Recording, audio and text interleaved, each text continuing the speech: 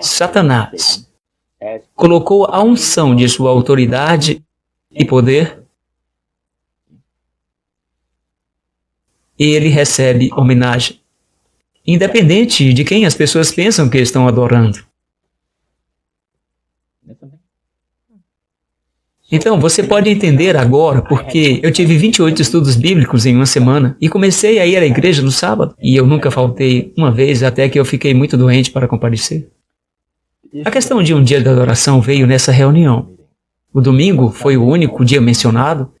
O sacerdote mencionou o fato de que Satanás escolheu o domingo como seu dia. O Criador escolheu o 7º dia da semana. Lúcifer escolheu chamar o seu dia, o primeiro dia da semana, domingo. Independente de quem as pessoas reivindicam adorar a Deus, o Criador, observando aquele dia em particular, eles estão trazendo uma homenagem e respeito a Satanás. Agora, naquele tempo de sua vida, você tinha 20 anos então, você já tinha ouvido falar de um adventista do 7º dia? Nunca em minha vida. Eles falaram sobre os adventistas.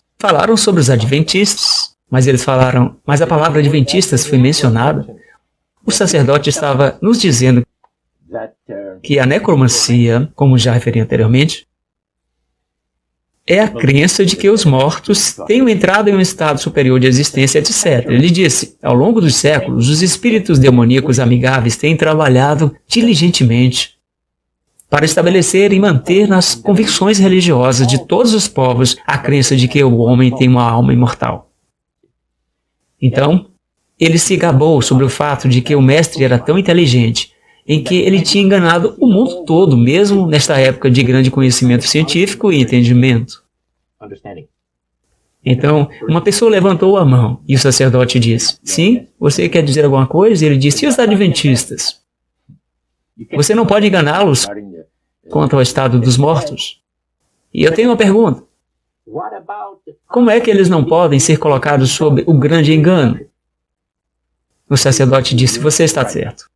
Peço desculpas, aqui eu cometi um erro. Quando eu disse que todas as milhões de pessoas que vivem na face desse planeta, todos, você sabe, estavam homenageando ao grande mestre, eu esqueci os adventistas. Eles são tão poucos em número, quando você pensa de todos os bilhões de pessoas, eu nem sequer pensei em mencioná-los. Então eu peço desculpas. Então ele diz, em segundo lugar, a razão pela qual eles não podem ser colocados sobre o grande engano, deixe-me explicar sobre isso. Agora, a minha próxima declaração vai perturbar algum de vocês, mas o que eu estou dizendo é pura verdade. É um fato, é uma realidade. O fato de que os adventistas observam o sábado bíblico da criação e reverenciam o Criador naquele dia, torna impossível para os espíritos enganá-los. Eles recebem ajuda muito especial e grande discernimento espiritual. Ele disse, sob estas condições, eles não são pessoas comuns. Isso ficou comigo.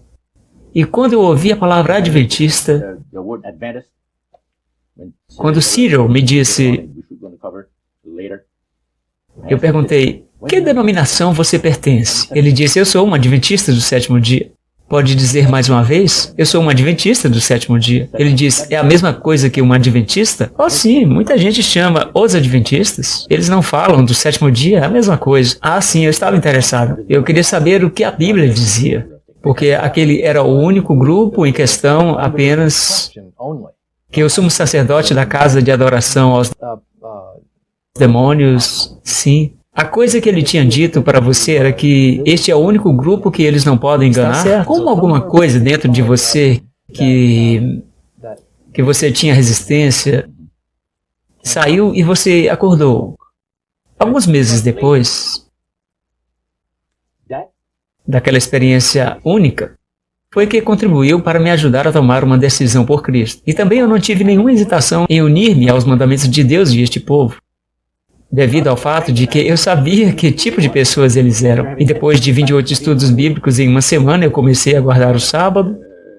Você sabe, para sempre. Mas você vê, o tempo que eu tinha estes estudos bíblicos, 4 horas por noite, começávamos às 7 horas e terminávamos às 11 da noite.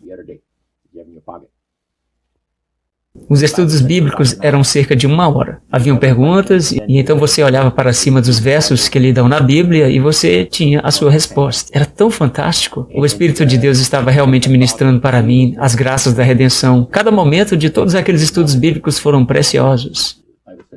Preciosos. Preciosos. Roger, naquele tempo, a sua língua principal era o francês. Você não falava inglês. Tudo o que aconteceu foi em língua francesa. Montreal. Quanto tempo depois que você se tornou um adventista, ou depois que você aprendeu dos adventistas do sétimo dia, você leu o livro O Grande Conflito, de Ellen White? Bem, eu me uni à igreja. Eu primeiro tive os estudos bíblicos em outubro de 1946. Em abril de 1947, eu fui batizado na igreja. Em setembro de 1947, eu me casei. E a igreja francesa em Montreal nos deu de presente de casamento a série Conflito dos Séculos. E eu ainda não tinha lido O Grande Conflito antes. Mas então você leu? Sim.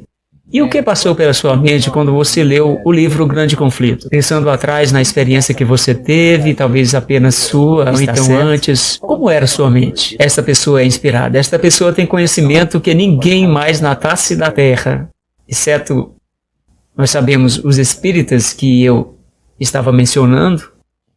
O que mais foi notável é que eles estavam dispostos a compartilhar a estratégia que Satanás está trabalhando com esse grupo. E, é claro, seus planos era que você não queria sair. Você estava sob o selo da morte. O plano deles é que você não tem que se preocupar de dizer alguma coisa sobre o grande mestre, porque logo que alguém se desvia, os espíritos dirão imediatamente ao sumo sacerdote o que teve lugar. Eles fizeram com os meus estudos bíblicos na quarta noite. Comecei na segunda, terça, mas na quarta noite o espírito conselheiro apareceu para o sumo sacerdote e disse: você tem um de seus dissidentes, aquele cara mornou, você tem que se livrar dele, porque ele está lá fora estudando a Bíblia com os adventistas, o povo que o mestre mais odeia na face da terra. O sumo sacerdote quase teve um ataque do coração, porque ele disse: eu meio que gostava dele. É o que ele disse ao meu amigo, porque eu não vi novamente depois daquilo. Ele mandou o meu amigo para tentar me convencer a voltar para a adoração dos espíritos.